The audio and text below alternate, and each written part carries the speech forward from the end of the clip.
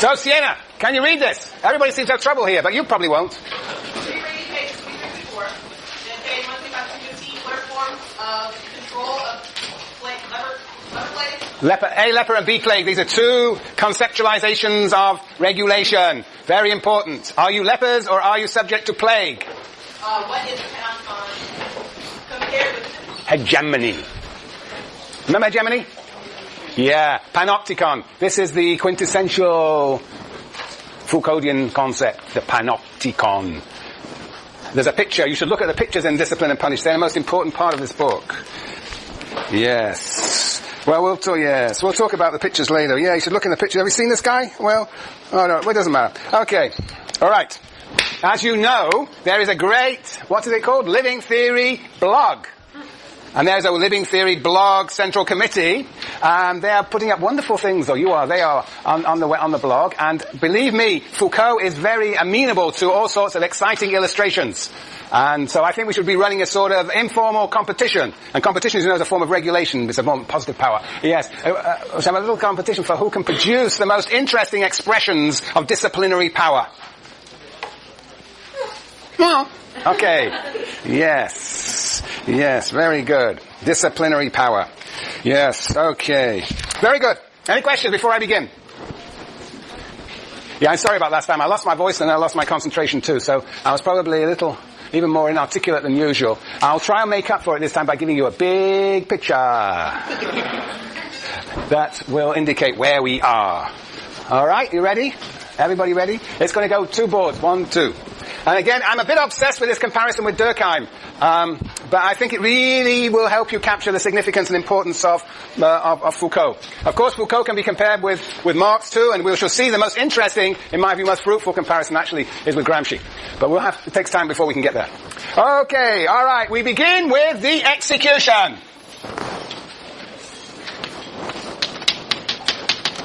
Okay, remember? Public, passionate, and organized. In a sense, Durkheim and Foucault, public execution, both of them, execution, see this in the same terms. For one, we're going to have Durkheim over here, we have mechanical solidarity.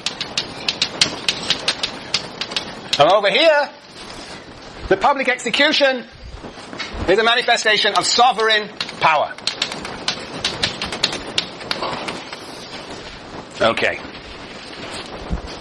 Now, this is better. Mobile, yes. So, under here, public execution is what? Retribution retribution to, I should say. Retribution to repair the collective consciousness that is violated by some crime. And what does it do? It acts on the collective mass. Remember, those people who don't have individuality. It acts on the collective mass. Over here, we have sovereign power, and this execution now is not a retribution to repair the collective consciousness, but is, to quote Foucault, a horrifying spectacle of visible intensity. Most extremely represented in the execution, the drawing and quartering of Damien, the regicide. And it acts on this public execution, the drawing and quartering, acts on individuals and produces fear. Individuals creating fear and terror. So here we have the building of solidarity, and here we have the creation of fear and terror. The same phenomenon. This is an exercise of power, this is the building of solidarity. You can decide for yourself, when I try and humiliate somebody in this class, am I building solidarity, or am I exercising power? You can see it both ways. Yeah. So in that way, they're sort of similar. Now, this leads, for Durkheim, remember, as a result of competition, struggle, it ultimately leads to, development of the division of labor, get the story correct, yep, to organic solidarity.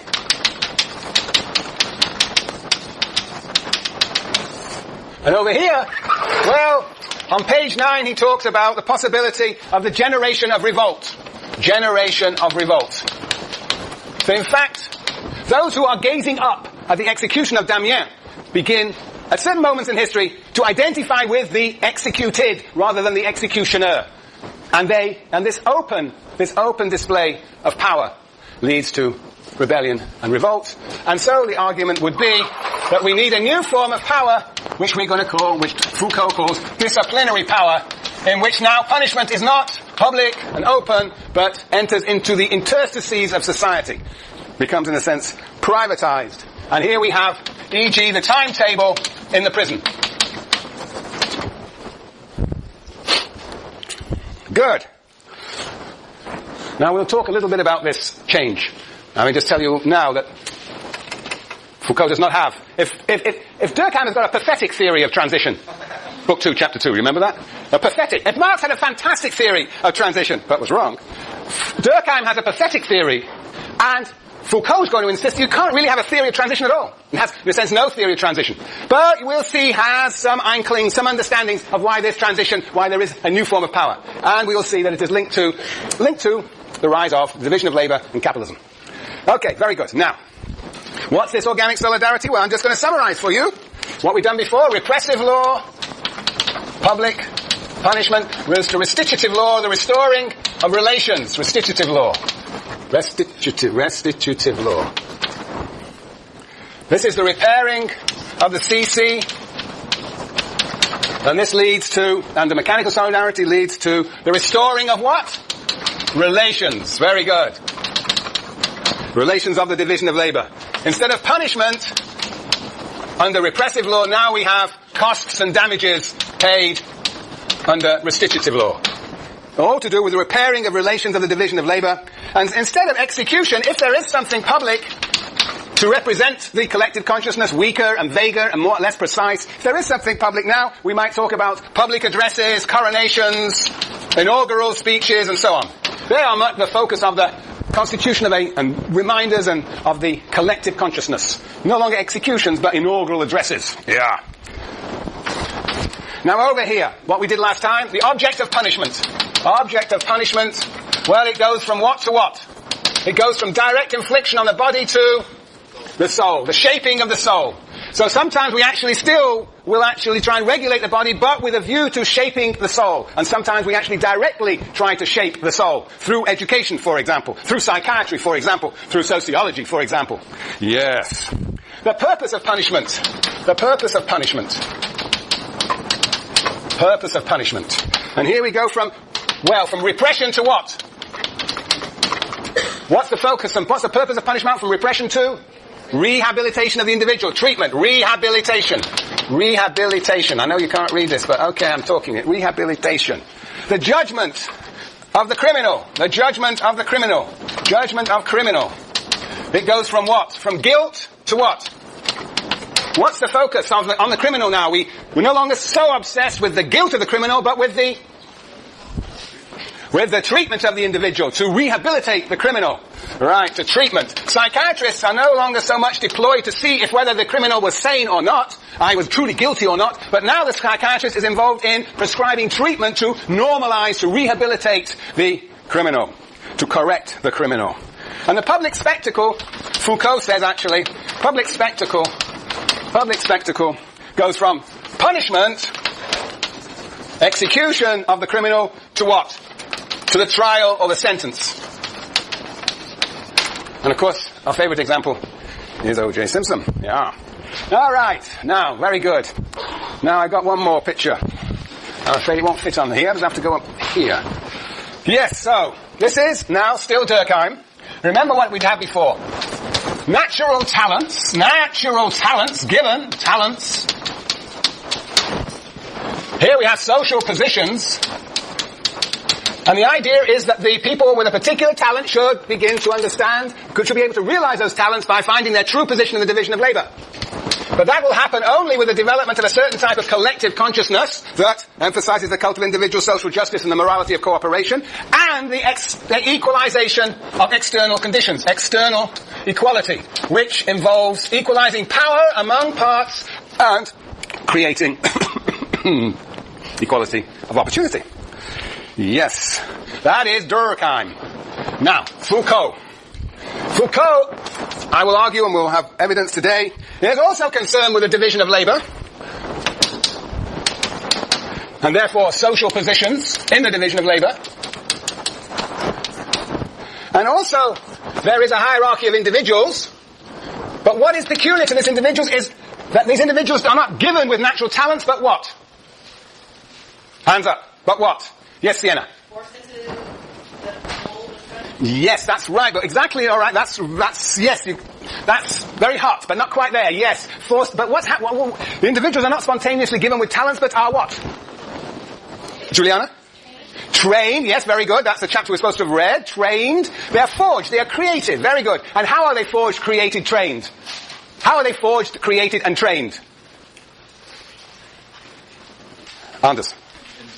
In schools, for example, in a whole series of institutions. Prisons, hospitals, military camps.